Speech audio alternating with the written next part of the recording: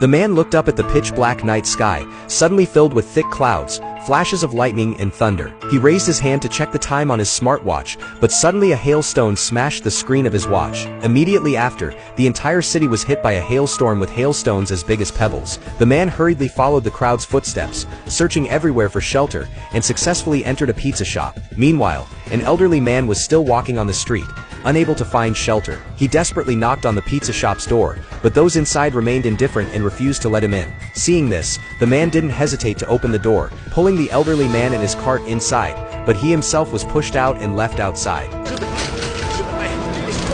At this moment, the danger outside had already exceeded their understanding. Seeing the hailstorm growing fiercer, the man refused to sit and wait for death. Risking his life, he dashed outside and hid under a table. Citizens, who were caught outside without shelter, were immediately knocked to the ground. Huge billboards could not withstand the hail's assault and broke, crashing to the ground. The table above the man's head was smashed into a large piece. People who couldn't dodge in time were instantly dazed by the hailstorm. Even the usually undeterred food delivery guy was struck and fell to the ground. Even the strong concrete beams of buildings were ruthlessly destroyed in an instant. A staff member who was live streaming, risking their life, suddenly saw a 100-meter-tall building behind them start to sway and collapse, almost crushing a bus coming towards them. Apple-sized hailstones poured down densely from the sky, leaving devastation wherever they landed, damaged buildings and luxurious skyscrapers alike. In such extreme weather, how can humanity save itself?